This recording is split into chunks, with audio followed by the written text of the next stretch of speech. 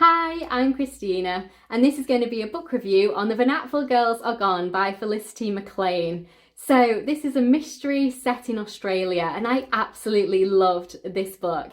I devoured this book in just over one day. I started reading it one evening, and then I read more the next lunchtime, and then I just read for a couple of hours before bed the next night. Just because I could not put this book down. I had to know what happened. It is a wonderful slow burn mystery. So our main character is called Tika. She's 31 years old, she's a lab assistant, and she's living in Baltimore, and now she's flying back to Australia to visit her family. So 20 years ago, 3 girls disappeared from her hometown, the Apfel sisters, 14-year-old Hannah, 13-year-old Cordelia, and 7-year-old Ruth. And Tika and her elder sister Laura were really good friends with these 3 girls, and they were their next door neighbours. They spent a lot of time together. They were all the best of friends. So obviously their disappearance had a very big impact on these 2 sisters. So the whole story is told through Tika's perspective. We see Tika in the present day and we see Tika in the past, when she's describing the events of the summer of 1992, which was the year that the 3 Apfel sisters disappeared. So when we're in the past, Tika is only 11 years old, so we see the vast majority of this story through the eyes of an 11-year-old, and I really like the way that's been done. It really adds to the disturbing nature of it.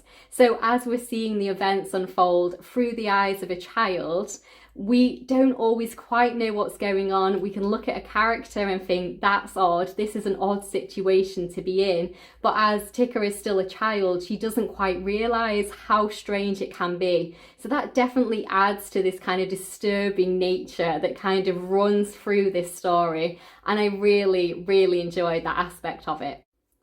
So a lot of emphasis is placed on sibling relationships in this book. We really focus on the 2 sets of sisters, and I think she really nails the character of teenage girls and young girls. The way that she writes, the dialogue that she writes, it feels very realistic, very reminiscent of myself and my friends at that age. And I think that really adds a lot of weight and depth to the story, because you're reading this and it does read like this could actually happen. These girls feel like real people, not just characters in a story. You can definitely envision all of these girls in real life. And I really like that. I was definitely very emotionally connected to Tika as a character and to Laura, her sister, as well. And I just really liked the way that she explored the relationships between these girls, the way that obviously they love each other very much, but also the kind of difficulties between the girls as well.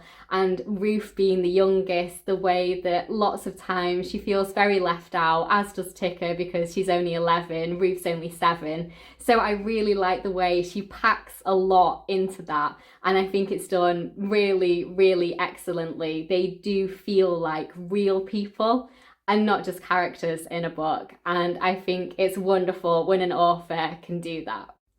I think if you like Jane Harper's books, you'll definitely like this one. And if you haven't read anything by Jane Harper, you definitely should.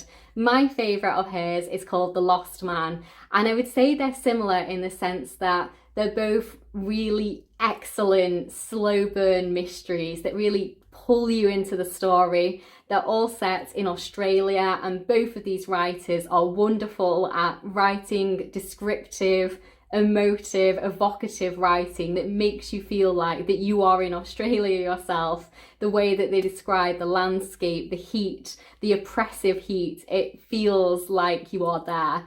And yeah, I think it's similar in that way. This is more of a coming of age story with the focus being on the girls, but there's definitely some similarities there, and I absolutely love Jane Harper's books. And yeah, I think you can definitely draw comparisons there with the setting of Australia, the descriptive, evocative writing, and the fact that they're excellent mysteries. So overall, I really enjoyed this book. It is a definite 5-star read for me, and it's one of my favourite mysteries that I've read so far in 2021. I really enjoyed my time with it. The setting of Australia, all of the description, I thought it was wonderful. The way that we were focusing on these 5 girls, and you really got into their personalities and their characters. And there was times when it was really heartwarming, and times when it was so heart-wrenching. There was so many emotions in this book. I was so connected to these characters, and I just had to know what had happened to these girls.